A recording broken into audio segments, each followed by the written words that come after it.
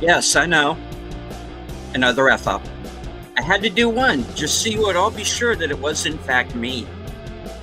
All right, good evening, ladies and gentlemen out there in YouTube land. I am Deleted Scenes, human being, American, YouTube Ronin, from whence you can actually see and hopefully hear me. I'd like to welcome you to tonight's edition of the Mystery Movie Night podcast. Already in the chat. Channel member, JPRPH1. Faithful Blue Wrench channel member, the Bird Woman of YouTube, Connie Cleary. All right, that's good to see everyone. All right, well, we are back.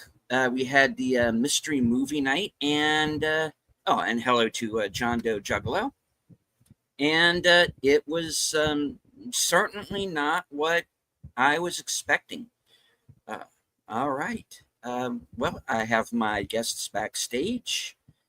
We have very limited time as everybody has their own live streams to get to. I know I certainly do. So we're going to jump right into this thing. Ladies and gentlemen, you know her, you love her. The reason why I know you're all really here, the woman who has threatened and cajoled her way into being on this program. A very violent, vulgar woman. You would never know it looking at her. You know, she's in that little 5'1" package, but really, the woman is a demon, and I am extremely frightened right now. But I'm going to bring her on because I don't want to upset her. Ladies and gentlemen, Sin's Corner. Okay, you've upset me because I'll have you know I am almost 5'3". So there. Well, I thought you said 5'1" and a. No. Sorry. Just teasing.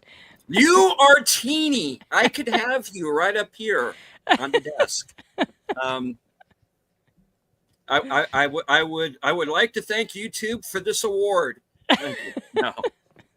Okay. All right. And the man who has even less time than us.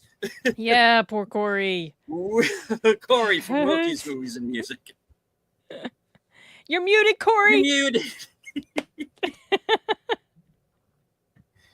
You are still muted. You're still muted, Corey. What's going on? Okay. Is it working now? There we go. It's working yes, now. Okay, we're good. All right. Sorry, it's the first time I've ever done this before. So, no, I'm just kidding. I have to screw up too. But, here we go. Off to a great start. But, yes, I was going to apologize for the short amount of time I had. But, yeah, some things came up after we were talking about doing this. So, that's how it rolls sometimes. Quite all right. Now joined by she's my adopted mother. Yes, Linda is. And as it turns out, Linda Hamilton has a movie that's out right now. That's a science fiction film called Osiris. I haven't seen it yet. Yes, that. We got to get to that. Yes, is it actually out? Because if it came out like when I was at the cons. There's already reviews out for it. So okay, it probably sucks, but I'm going to see it anyway. Okay. Sorry, I don't want to get distracted by the conversation we're supposed to be having. Okay, not a problem. All right. I do want to say hello real quick to everyone currently joining us on X. I can't see you, but I know that you're there. Enigma says it's not half bad. There are a couple of things, but still enjoyable. Okay. All right. Well, that's one to add to the list then. All right. Well, I know I don't know about you, Sin or Corey, but I was I thought that it was going to be the bad guys too. I did as well until my buddy showed me people talking about Sketch, and I looked at the time. Both of those fell within the time, but I started to feel like it might be Sketch. So. All right. Oh, I just let loose what it was. Sorry. Well, I was just going to say that I actually went and watched one of the streaming services we have. The Bad Guys was on there. The Bad Guys too. That's right. You said. Well, the first one. So I watched the first one because I was like, well, I want to see that before the second one. But never mind. That's what I did when I thought the mystery movie was going to be Den of Thieves 2, and it was Better Man. Oh, yep. I rewatched Den of Thieves 1. Yep. So yeah. So this one I was saying I had no clue about this one. I had never heard of it. Didn't know anything about it. So it was a big blind watch for me there. I just knew the basic premise, which is that this little girl, the drawings in her sketchbook come to life. And that's all I knew about it. And, all right. So very quickly, the movie was Sketch from Angel Studios. And with all the Angel Studios trailers, that should have been my guess. There was some behind the scenes of bad guys too as well. So it's like, okay, they're really hitting both of these movies pretty hard. Mm-hmm. So all right, so the mystery movie was Sketch, starring Tony Hale, Darcy Carden, and young little Bianca Bell, who is just fantastic in this movie. I'm going to say that up front.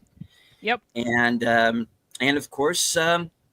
Dave, who is the is that rather the bully? large individual? Dave is the big creature there. Yeah, that's right, Dave. And so it's a family. Father played by Tony Hale, young daughter, and young son. The mother has recently passed away, and basically all of them are just not dealing with it. They're kind of ignoring it in their own ways. And the young daughter kind of disappears into kind of her particular land of chalk drawings, I guess you could say. And they're disturbing. Very, very. Yes. And they start to come to life, and basically everybody in the town now has to run for their lives. And yep. It's for a PG movie. I filmed a review for it just before this. For a PG movie, I feel like it's not probably. Will be a little bit much for very young children, because some of the imagery in here is a bit intense and can be kind of scary to children 5, 6, 7 younger maybe. I could see that. Yeah. Yeah. Oh yeah, especially that one character with the crayon face. Yeah. Yeah. Almost horror. Elements going on. It does. Yeah. Actually, I heard two older ladies that were leaving right in front of me when the movie got over. And I think that's how they described it. They were like something along the lines like, well, that wasn't, or they didn't really like horror movies, but this wasn't too bad it was like a light horror movie. Yeah. the way they exactly. They kind of said it. And I'm like, well, I could see where somebody, like you said, especially a younger kid, could get scared by a few of the things that are in it. But. Yeah. I mean, the kids who are in the theater that I was in seemed to have gotten through it okay. This was the first time in a while there weren't any walkouts. Okay. On this film, and we had a pretty good full theater for ours. Yeah. Yeah. Same. Unlike our previous film where someone did bring their kids and then had to. Was that Ohio? Oh, with Ohio, yeah. Somebody brought kids to that. Should know better than. And walked out. Yeah. Tell you. Yeah. So, indeed. This is a film that does have some horror elements to it. It does harken back to 80s kids films that the back Little in Adventures. The day when they slapped, as we say, into current parlance. And man, that's what I liked about it. I had a blast with this movie, man. And I really enjoyed it. I'm glad this was the movie. I was curious what you all thought about it too, and you won't hurt my feelings if you loved it. Didn't. Okay, I was loved gonna say it. I really enjoyed this. I always get kind of worried about kid actors sometimes. I thought they did a really good job, and the humor I know we were just talking about it being like a little bit of horror elements and a couple things, but there was some good humor sprinkled through out It there as was well. funnier than I thought without being stupid funny. Correct. You know what I mean? Yeah. There was just like little thing. Yeah. So it wasn't like going to like fart jokes. It was. It was sometimes it was just like the reaction of somebody's response or something. Dialogue too. Was pretty funny. Yep. I'll also say that I thought the effects to bring the drawings to life was really good. Yeah. And I thought there was some good interaction with between real people and these, sketches. You buy it once the sketches begin to come to life. I mean, there's one of the sketches that, okay, obviously that's a person in makeup, but the rest of them, spot on. And this is, dare I say it, Roger Rabbit level of interaction between the drawings and the humans. And it's pretty seamless. And man, I bought it for sure. Yeah, but also something good. Okay, so it's not when you see. Yes, it looks real, right? And you can buy that they're there, but it's visual effects. But that's partly because they're just they're drawings, so they're not going to be completely perfect looking renderings of these creatures because it's her drawings because she's a kid, so they look like they're literally, like charcoal or black marker creatures running around for some of them. And I thought it was done extremely well. I totally forgot to mention this in my review. I'm annoyed at myself now. But another thing I really appreciated about it, you guys, was obviously the messaging in here was very touching. This was her way of dealing with her pain.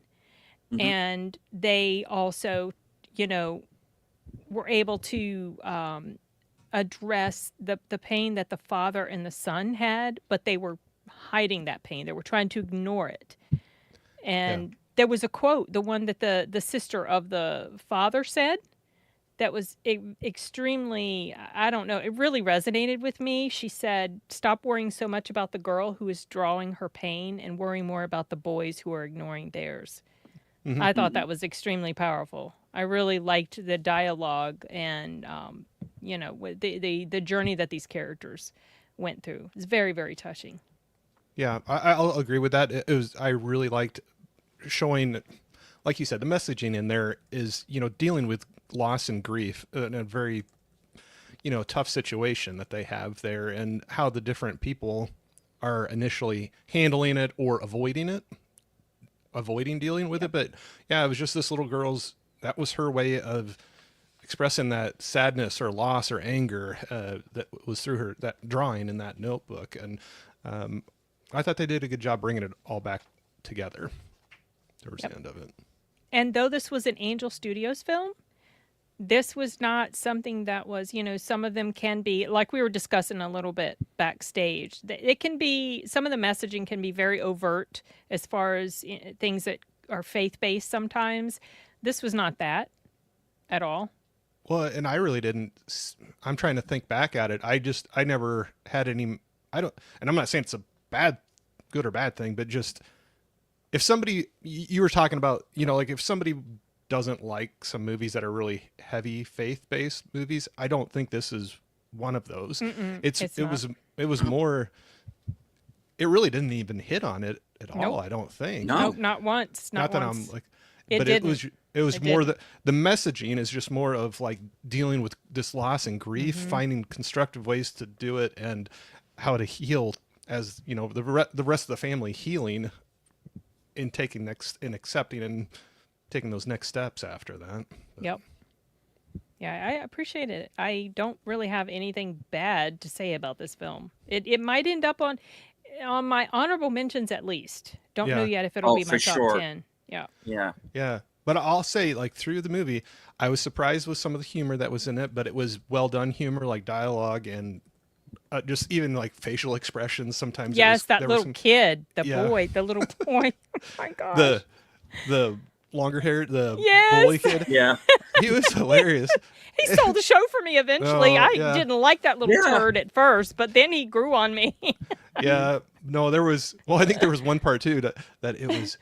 He was like, they were gonna be fighting. He was like, I already fought through all these spiders and webs, and he goes, and I've peed my pants twice. And this, and then the girl just goes, "You peed your pants twice," or something like that. And it was just, and I know I said there was no fart jokes most of the time. Yeah, right. And I know I said no fart jokes, so I guess there was that one right there. I knew he had peed his pants because right before a certain scene, he said he had to go to the bathroom, and then after he said, "I don't need to go to the bathroom anymore." And I said to my friend, I was like, "It's probably because he peed his pants." Yeah. But no, there was a lot. I'd heard laughter in the theater. You know, it was in some people like laughing out loud to a couple things. Not like, but you could hear chuckles and stuff. You know, like some honest. There were some. Reactions. I had some pretty vocal ladies beside me. Okay. And they were. It was funny because there was something. One of the characters said something to the girl who was doing all these terrible drawings. Something about, have you ever thought something's wrong with you, or something like that. Something to that effect. And the lady beside me is like, "Yeah, because you be drawing those crazy ass drawings all the time." I don't know, that tickled me, y'all. Yeah. That was funny. That would be funny. Yeah. Because some of the stuff was really disturbing. I mean, I kind of wondered where they were going with some of it, because it was really dark. Like, she was wishing death on people, severe injury, and it's like, wow, this is getting really toxic with her. And her and that bully, they kept on going back to. He's like, and you're having them cut me in half, and she'll stab you sharply in the stomach or something. Instead of, I didn't have them cut you in half, just stab you in the or something like that. Just being stabbed very hard. But that kind of came up a couple times where she was like, "No, I didn't." Anyway, it was funny. Like that's better, you know. I know. But it was coming off kind of in a funny way, the way that they were kind of bickering about that back and forth. But yeah. But yeah, I felt like it was it handled deep themes very tactfully. Yeah. It was in a nice package that can, I think, appeal to a wide audience, especially kids, maybe about the age of the characters in the story. But yeah, like I said, now that you said that, younger kids, I could see there's the character that you were mentioning. Crayon face, yep. And then there was the dark ones that from her drawings then, you know, that she was dropping, because some had like some stabbing. Yep. Well, she did too. They both had really bad ones, but the crayon face person was drawing really, really bad ones as well. Yep. I will say this too, and I know it because not to like rush through my part of it, because I know, like I said, I'm jumping out early, but I will say at the end of mine too, people were applauding. Aw. So I was kind of funny. I mean, because I don't do that, and I don't have anything against people that do it. It's just not a natural reaction for me to do in a theater. But there was a few different people clapping, and I was like, you know, I enjoyed it too, because I was kind of wondering how everybody else was gonna feel about it. But not that it matters, but apparently there was, and it was from different parts of the theater, so it wasn't just like one row of 3 people that were like, yay. Yeah. I heard it in a couple different scattered spots around applause. me. Yeah, cool. Not the whole thing, but you know, it's kind of cool when it got some love like that. And like I said, I just hadn't heard anything about this. And the sad thing is with some of these, like, I thought it was it sounds like we all really like the movie, but it just doesn't get a lot of publicity, and it probably won't get a very long run in the theater either. But. Probably not. This is the problem with original movies. There are plenty. People complain about there not being enough, but then they don't go see them when they come out. And and maybe part of it is just they're unaware. Right. I'm very aware of almost all movies that are out, just because that's what we do. You know, this is our kind of like the focus of our channel. But some people that I guess are really just casual moviegoers, maybe this would just slip right under the radar for them. Yeah. Does it come out this? When does it come out? August 8th, I believe. Oh, okay. So it's so next week. Yeah. Okay. All right. Yeah. Well, it's a recommend from me. Oh, I would say for me too. Me as well. Yeah. This is if it's not going to end up in my top 10, it will very definitely end up in my honorable mentions for sure. I could definitely see that, like especially hitting on some of these original films, like you were just saying, like supporting them and stuff. But it's just to make sure. I think that'd be a fun thing to do at the end of the year too, just recapping whether you're saying you're in your top 10 or not, but just like doing these honorable mentions of these original movies that are being put out there, and just to show a little more love for some of those that popped up. Yeah. A lot of times things that are more original are ones that I end up being my favorites for the year. Things I never even knew about until I'm right up on it, before it comes out. Well, like I said, I know I haven't had every mystery movie that you all have had, and I know there's been some stinkers on some of yours, but I'm going to say the ones I've been able to have, that I've been able to talk with you all about, I've had a pretty good run with them so far. And this I'm glad you didn't see Oh Hi. Nope, I didn't have that one.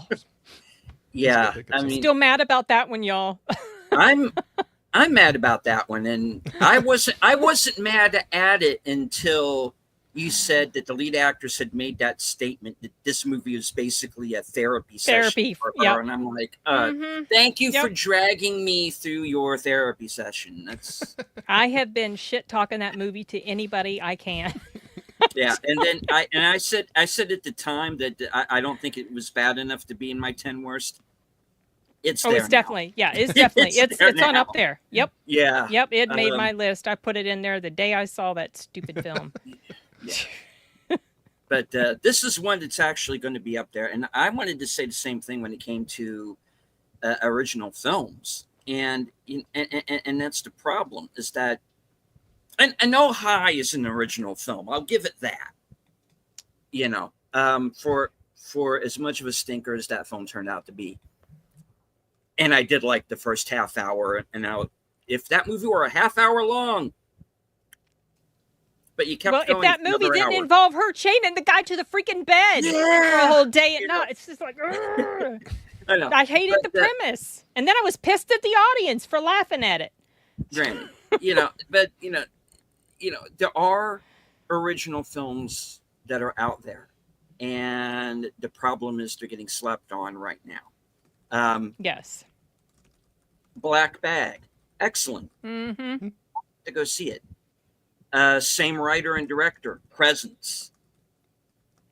Decent movie, not as good, but still an original movie that was out there, came and went. I'm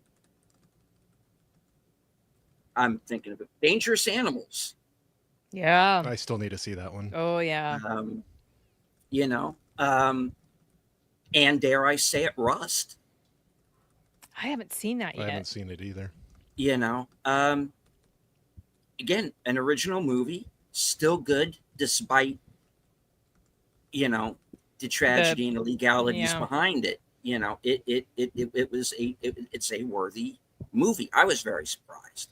A little long in the third act, but fine.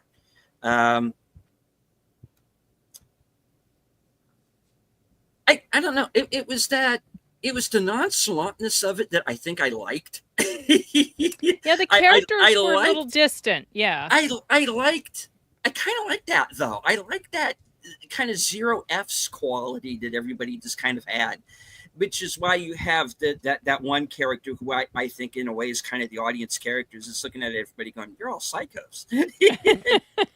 I was going to say they are, I enjoyed that one too, and actually just the other night it came up, and sometimes I get movie clips in my YouTube feed, and it just happened to have one at that whole dinner table scene towards the end of it, so I had to sit and watch that again because I was like, that was kind of. I like that scene. Yeah, it felt very Hitchcockian, that movie. Yeah. That's another reason I liked it. So folks, original movies are out there, and there have been some good ones this year. And there have been some good ones and some bad ones. we have to let Hollywood know that everything doesn't have to be sequels and reboots comic book all films. the time. Comic book films. Yep. I'm just, I've had it with them, and I can't sit through these kind of movies anymore. I just can't. I got to go out and find something a very pleasant surprise like this. All I knew of this movie was the poster art. Yeah, that was I'd completely forgotten about this movie until it came up. So this was a very, very pleasant surprise. It's a throwback to the way kids' movies of the 80s were, when we were made of stronger stuff. We can sit through something like this and go, "Oh, this is Tuesday. We're good."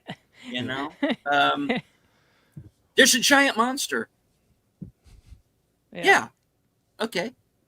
But the bus, and it's coming in. Okay, so the movie turns into Jeepers Creepers 2 for 10 minutes. Okay, I'm fine with that. Yep. This is a whole adventure for those kids. You probably have to go, don't you, Corey? Yeah, I do. Sorry, I didn't want to interrupt, but it's okay. I apologize. But thank you for having me on. I was watching the time for you. Thanks for joining us. Oh, yeah, absolutely. And this was a great one to watch. So I was glad I got to jump in on that. And I'll hang out with you all here really soon again. All right. See y'all. Bye, Corey. Take care, Corey. Thank you. Good. Let's talk about him while he's not here. Who is that guy anyway? Crashed our party. Gee whiz. Then there were two. All right. I do want to say hello to some people who joined us in the first half of the chat. Sergeant Giratina. Hello. Logical Spark. You cannot make Galactus a clown and get away with it. Okay, I think we know how you felt about the. Fantastic Four. Okay. Speaking of Galactus, there was this huge ass Galactus cosplay at San Diego. Chris Gore got a video of it. I wasn't there. Yeah, I saw that. Yeah. Yo, my gosh! I wonder if there were two people inside. I just wonder. I think there were. It's huge. Yeah. Anyway, it was impressive. Okay, sorry. Carry on. All right. Hello to Aerial Ballet. FKHC 2005 channel member, and of course Big Al Presents, the host of Films with Friends and the creator of the 10-word review. Al, I think this one's going to be up your alley, man. I think you're going to enjoy the hell out of this. And I know I certainly did. And like I said, it was a throwback to 80s kids movies. This is when the PG movies were a little bit darker, like Neverending Story. It is The Goonies. It is. I keep going back to this movie because nobody remembers it. On the Right Track. Which is the Silver Bullet. Okay, like Silver Bullet, another one of those. So. There are horror elements to this movie. But this isn't like there's gore and people being ripped apart or anything like that. But there are moments that for smaller kids are probably going to be scary moments. So if you have like a single-digit aged kid, you might want to view this first before you show it to them. But I agree. I think 10 and up. Oh yeah, are going to dig it. For sure. And I know one thing that got brought up in a review I had read was a concern about the fact that the kids are improvising weapons to get out of these situations. And I'm like, that was a concern someone had. That was a concern someone had, and they go, I hadn't really, it didn't really cross my mind, because effectively, what are they coming up? At most, what, super soakers? At one point they used an aerosol can and a lighter to make flame. The flamethrower thing. Okay, I could see, the situation that the kids are in when they have to improvise that weapon. It's necessary. Yeah. When they do it. It wasn't gratuitous. No. Yeah. And, you know, and the idea is that it gets to the point that it's not just the fact that what the girl is sketching is coming to life. What the other kids are coming up with can also, because there's, I don't really want to go too far into spoilers with this, but there is something that is causing everything to come to life. Yeah. And the other kids in the story begin to utilize that thing and are making, and when, you know,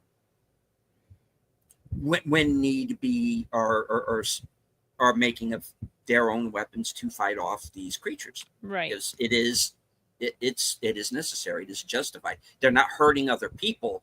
They're just trying to get away from deal with these monsters. Yes, exactly. These monsters, because these monsters are now running around the town. Yeah. and they do represent an actual threat to people. Yes. It's not like they won't hurt. They could hurt you. They could kill you.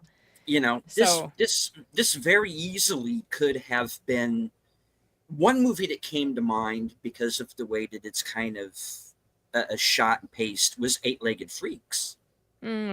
Yeah, with the giant spiders, you know, that came to mind. Is this very somebody could very well end up cocooned somewhere before this is over. So you do have that. You do have that threat of, you know, physical bodily harm to people, you know, and people do. Yep. Get hurt, you know, and knocked out, and you know, and it in some cases a couple cases do knock themselves out, right? Like the bully, the kid who begins the movie as the bully, kind of he knocks himself out a couple of times, you know, and it's kind of done for laughs, but yeah, I mean, and that's another thing too. I mean, you know, the comedy works, and you know, it is one of those in a movie like this. I am very concerned about the comedy working and the action working, and they are both pretty well done, you know. Thought it was edited pretty well too. It is. This is. I have no complaints about this movie. Really, it doesn't drag. It's an hour and a half. Yeah, it's not long. And it breezes by. It's very well paced. It's well shot. The acting is very good. The kids, because this movie is on their shoulders, in particular the little girl. Yeah. They bring it. They knock it out of the park, you know. Yeah, and they're all really good. You know, this isn't like you know, one of those movies where the kid smiles after, you know, every line, you know, and then this hi, you know. You know, I'll bring this up because I think in a way it kind of relates. The reason Carrie Henn got Aliens, the little girl played Newt. Oh, okay. The reason she got the job was because she didn't do the one thing that the rest of the kids auditioning were doing, and that's smiling after a line. Oh. She played it dead serious. She was in it, yeah. And she was in it. And that's what got her the part. And that's what these kids do. They are playing this like they are in this situation. You know, this is kind of Aliens for kids. This is Tremors. This is Eight-Legged Freaks. It fits in with those movies, I think. You know, and it does have that 80s spin on things. If they didn't have cell phones, prominent. It would feel like in this it was film. a movie from would back then. feel like it was a movie from that period. Yeah, and it very much that tone. This movie works on so many levels, and I very rarely give this rating out anymore because everything is just so mid. This is going under my buy it on 4K when it comes out. I think it's that good. I had a blast with this. It is. I'm like I was like a little kid watching this movie again. I laughed a lot. And I shed a tear at the end, I will admit. Yes. Yeah, this is the movie that I was hoping Sting was going to be. Oh, I see. From like a year or two back, the Spider movie, and which I was kind of reminded of because the little spider creatures in this, and I'm like, this is the movie Sting should have been, and then put it in the top 10. It is in my top 10 right now. Whether it stays there, we'll see. It's definitely at the least going to be in my honorable mentions. I can't see enough movies coming out between now and then to knock down what I'm calling the top tier of my list right now. So yeah. Guys, this movie's a blast. Yeah. And I like the fact that they do not belittle the adults in this movie. No. The adults have an arc. Goofy. Yep, they do. No. Yep. And you have the actors who are playing the lead adults, who are Tony Hale and Darcy Carden, who's playing his sister, who's a real estate agent who's trying to sell their house. And they have a funny dynamic. I love the dynamic with them. And it really is that, because you could see them as kids being in the same situation. Nobody's talking down to anybody. And that's one of the things that I enjoy. They don't try to belittle the dad or embarrass him or make him look like a doofus. Yeah. The adult characters in this movie are smart. They're with it. But it's just that this guy is in pain because he's lost his wife and he doesn't know how to deal with it. And at the same time, he does not know how to deal on that level with his kids. Yeah. He can't, he is so locked inside of himself that he does not see what's going on with the children. And his son is kind of trying to follow that. He's trying. He's kind of on that same, arc as his father. He's locking it down. I also think it speaks to, how there's this expectation that a lot of times society puts on men to hide their pain, put it away, don't show it. And I appreciated, that sort of thing that I got from it. Yeah. So, I mean, if, like we said, this is not like a faith-based movie, even though it's from Angel Studios. There's not one mention of prayer or God or church or religion or faith or anything. No, for or against. Nothing. Yeah. But there is very much a family message in this film. Yep. That, it not the message. There's none of that.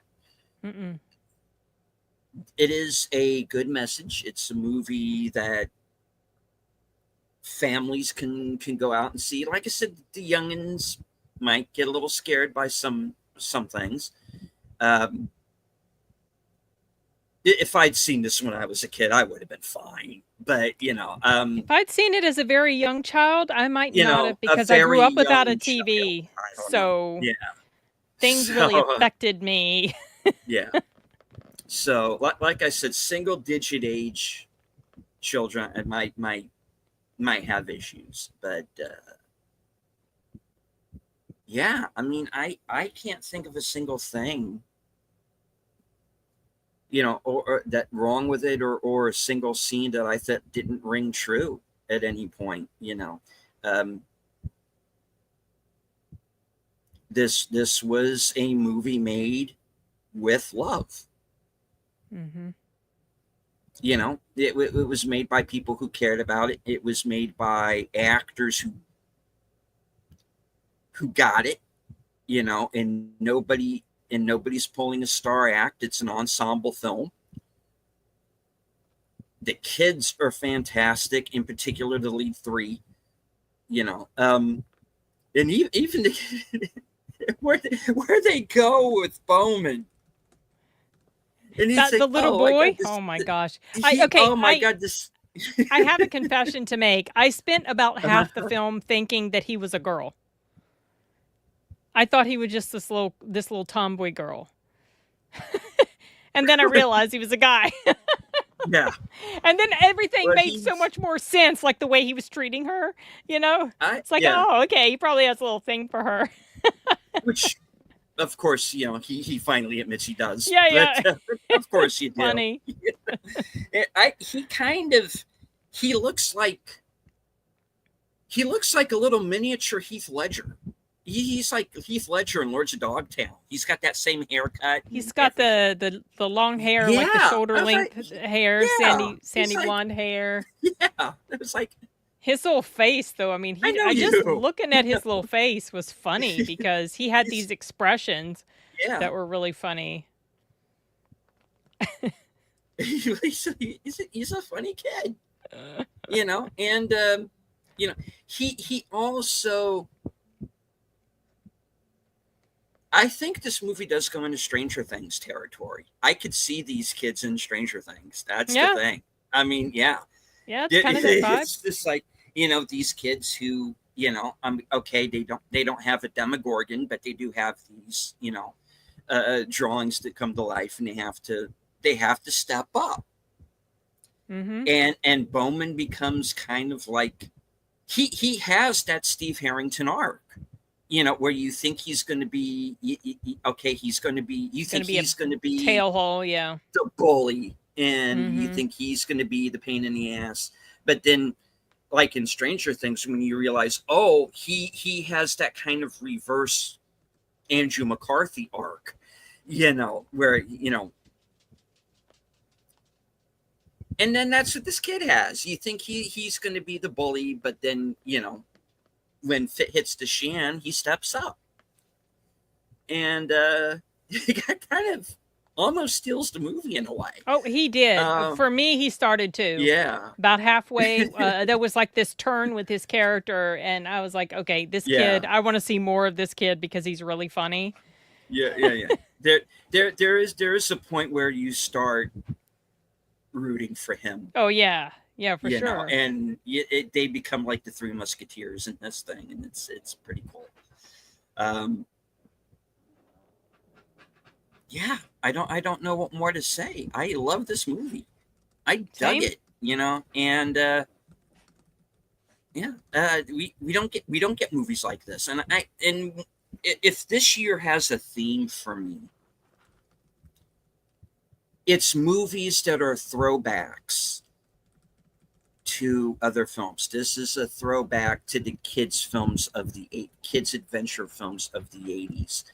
Havoc was a throwback to, the heroic bloodshed John Woo movies of the 80s.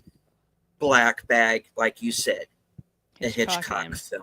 Also, I called it this generation's Tinker Tailor Soldier Spy. Black Bag? Yeah, that's what it reminded me of. The Indian film Chava, which goes back to this old school kind of 3-hour epic, kind of. A lot of Indian films are that long, though. No. But with me, it didn't feel like 3 hours watching it, But it was, to me, kind of along the lines of like a Braveheart. this kind of historical epic, and it was probably about as accurate as Braveheart was. I'm not, but still a good time at the movies. So there are some good movies this year, and I don't feel like this has been a terrible year for films. Most have felt mid, but I haven't been overly angry in general. Like, yes, there's some that have pissed me off because they're terrible. Hi, Connie. But in general, it's either going to be mid, meh, or I really liked it. Yeah. That's been the majority of my experience this year. Yeah. I'm not trying to necessarily compare the two, Enigma. The Alec Guinness version of Tinker Tailor can't be touched. That's a masterpiece. The Gary Oldman version is also very good, but has to leave a lot out because you're taking something that should be miniseries length and you're taking it down to 2 hours. So a lot of that story got left out. But what they kept in that version is fantastic. I'm just saying they don't make movies like Tinker Tailor anymore, or like the original version of Edge of Darkness. And Black Bag, to me, was a throwback to that. So that's why I'm not necessarily comparing the two. I'm saying it reminded me of that period of time when we got those spy films and we got the miniseries like Tinker Tailor, like Smiley's People, because that was a whole arc. The Len Dayton Hook, Line, and Sinker films that were on PBS that Ian Holm was in. Those are very good, and it was a throwback to that time for me. And hello to our man from the future, Sashi. And Edge of Darkness was really good. And people always hack on Joe Don Baker as an actor. Watch him in Edge of Darkness. You will see how good of an actor that man really was. Wait, was he the guy who played in Walking Tall? He was in the original Walking Tall. Okay. And he was in the original version of Edge of Darkness. He was the Ray Winston part, Jedburgh. And he killed it. Oh, that's our timer. Yep. Okay. Yep. All right. So we do have to get Sin out of here because she has an 8 o'clock. Yeah. And I have to start wrapping things up as well. So Sin, final words. About the movie? About it, yeah. About the movie, and then where are you going to go watch it. If you're averse to faith-based films, this is not that. Even though it's Angel Studios, tomorrow I have a live stream. I'm going to be doing my San Diego Comic-Con recap, and next week a live stream with Sound Booth. I've got a couple reviews supposed to come out hopefully this week, and that's all I've got. All right, and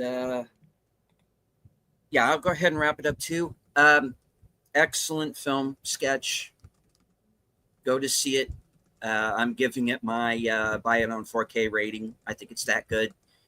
I had a lot of fun with this. Thank you. I don't know what to think of that last part. Galactus is like August is looking rough. Yeah, we'll see. But this movie hopefully is good. It's bad. Coming out on the 8th. And I'm actually looking forward to Weapons. That looks I'm gonna go see that. Really good too. I think I got my ticket for that already. Yeah, Weapons should be good, but after that, we'll see. We'll see. All right. So we're going to go ahead and close it out. Thank you all for joining us here in the chat, and also on X. Thank you very much. Thank you to Corey, Wilky's Movies and Music, for joining us earlier in the show. All right, so you got 3 thumbs up for Sketch. 6, probably 6. 6, total. Yeah, 6 total. All right, so from HQ and all points north, south, east, west, and beyond, good night, take care, stay strong, be safe and healthy, because this is how we win. Join me for Live from Sparkwood in 21, 8:30. Troy, Boomer, Netter, we are going to be giving out our fan theories about the Inland Empire. So check that out. That's coming up next. Or join Sin over on her live stream. Yep. All righty. Either way. Open 2 tabs. Yeah. Keep both tabs open. All right. Thank you all, and good night.